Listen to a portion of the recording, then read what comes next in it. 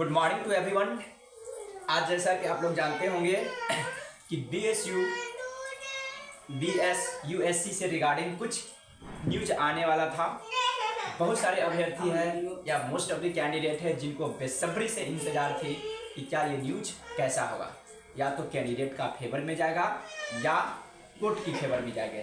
ये कई लोगों का ये बेसब्री से इंतजार था, क्योंकि ये बहुत बड़ा इशू था, एक बहुत बड़ी न्यूज़ था। 8 फरवरी 2024 के डेट के लिए, और जितने भी अभ्यर्थी थे BSUSC से रिलेटेड वो सभी बेसब्री से इंतजार भी कर रहे थे कि ये न्यूज कैसा है, या तो ये खुशी का न्यूज आने वाला है या दुखी का।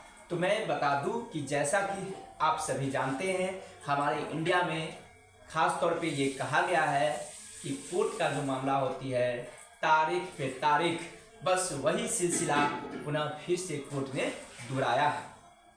जैसा कि आप जानते हुए होंगे, लास्ट 2023 से ही डेट पे डेट पटना हाई कोर्ट के द्वारा दिया जा रहा है। इन द सेम वे 8 फरवरी का भी कुछ उसी तरह हुआ है। फिर पटना हाई कोर्ट ने BSUSC से रिगार्डिंग जो हियरिंग होने वाली थी, हियरिंग का डेट फिर से उन्होंने पुनः एक्सटेंड कर दिया, और इस डेट को उन्होंने एक्सटेंड करके अब रखा है 22 फरवरी 2024 को। तो अब हम लोगों को अब फिर से इंतजार करना पड़ेगा 22 फरवरी 2024 को डेट, कि हमारे माननीय न्यायालय पटना हाई कोर्ट के द्वारा क्या निर्णय होने वाला है। तो फिर से हम लोगों को इंतजार करना पड़ेगा। बट हाँ, मैं ये कहना चाहूँगा मैं अपने ओर से कि आप लोग तब तक एक अच्छे तरीक़ा से अपना प्रिपरेशन में लग जाइए, क्योंकि आप बहुत ही जल्द खुशी का ये सूचनाएं न्यूज आने वाली है। क्योंकि आप जो भी माननीय न्यायालय है एक पूरी तरह से अंदरूनी वो स्ट्रांग बन रही है। एक अच्छा एक ही बार उन्होंने हियरिंग देंगे तो सारा जो भी डाउट है, जो भी प्रॉब्लम है, उस सारी चीज़ को वो क्लियर कर देंगे और पुनः फिर से इंटरव्यू स्टार्ट हो जाएगी। और मैं समझता हूँ कि अब जो इंटरव्यू होगी काफ़ी रफ्तार से होगी, क्योंकि जो भी BSUSC का जो अध्यक्ष महोदय हैं वो भी अपॉइंट हो चुके हैं। अब किसी प्रकार के आयोग की ओर से किसी प्रकार की कमी नहीं है। अब सिर्फ और सिर्फ हम लोगों को हियरिंग का डेट को इंतज़ार करना है, और उसका डिसीजन कैसा होने वाला है उसका ही हम लोग को इंतज़ार करना है। एक बार जब डिसीजन आएगा एक फेवर में, तो फिर पुनः सारा जो भी फंक्शन है वो सब स्मूथली काम करना स्टार्ट कर देगा। और जिसको जिसको जो रिस्पॉन्सिबिलिटी दिया गया है वो अपने रिस्पॉन्सिबिलिटी के साथ मैं समझता हूँ कि वो सभी लोग अपने तरीके से काम करना स्टार्ट करेंगे।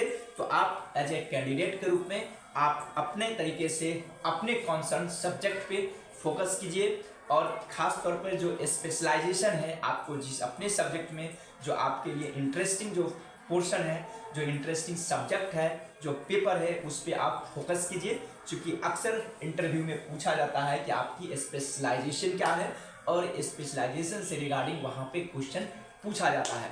और जो भी PhD अभ्यर्थी है, जो PhD जिन्होंने कर चुका है, अवार्ड जिनको प्राप्त हो चुका है, उनको कुछ थेसिस से भी रिलेटेड कुछ पूछे जाते हैं। इसलिए ऐसा नहीं है कि यदि हम लोग बहुत पहले PhD कर लिए हैं तो उस पर कुछ काम ना करें, उसको भी कुछ ना कुछ फोकस करते रहें।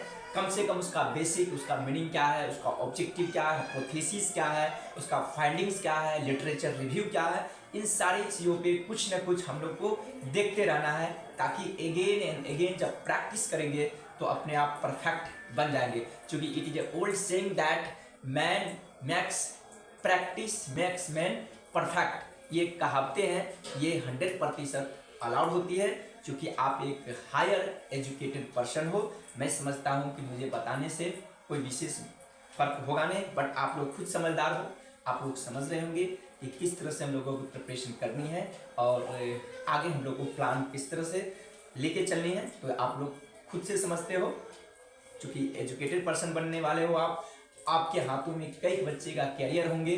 तो इसलिए आपको एक परफेक्ट एक एजुकेटर बनना है, जिससे कि आप उस चीज़ को इस्तेमाल करके पूरे वर्ल्ड को आप चेंजेज कर सकते हो।